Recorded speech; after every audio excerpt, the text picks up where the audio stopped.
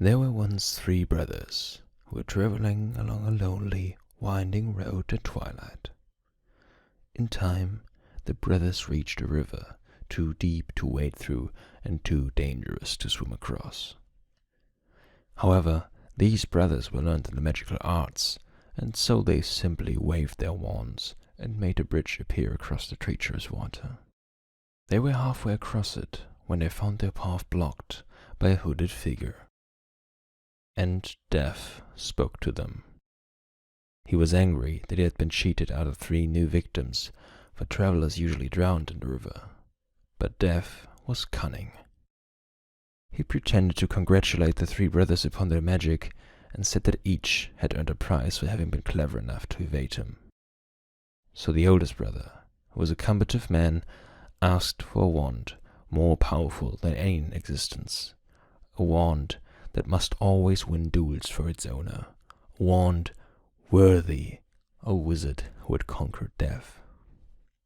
So Death crossed to an elder tree on the banks of the river, fashioned a wand from a branch that hung there, and gave it to the oldest brother. Then the second brother, who was an arrogant man, decided that he wanted to humiliate Death still further, and asked for the power to recall others from death. So Death picked up a stone from the river bank and gave it to the second brother, and told him that the stone would have the power to bring back the dead.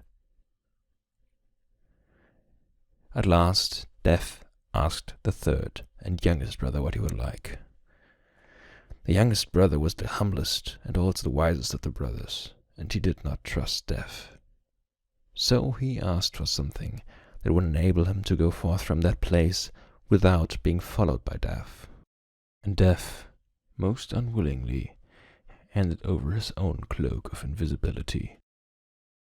Then Death stood aside and allowed the 3 brothers to continue on their way, and they did so, talking with wonder of the adventure they had had, and admiring Death's gifts.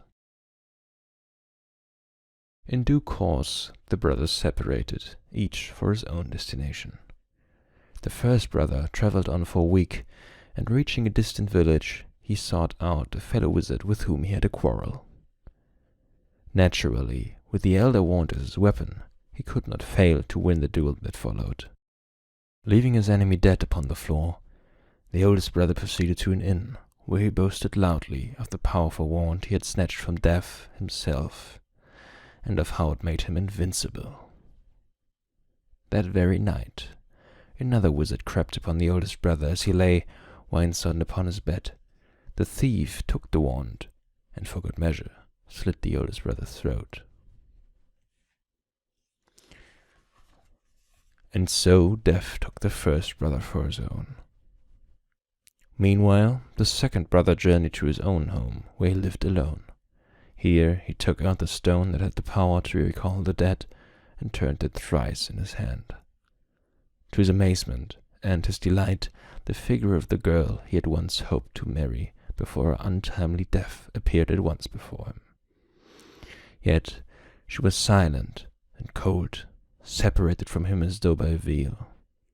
Though she had returned to the mortal world, she did not truly belong there, and suffered. Finally, the second brother, driven mad with hopeless longing, killed himself so as truly to join her.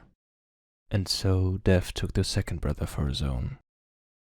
But though Death searched for the third brother for many years, he was never able to find him. It was only when he had attained a great age that the youngest brother finally took off the cloak of invisibility and gave it to his son. And then he greeted Death as an old friend and went with him gladly, and equals they departed this life.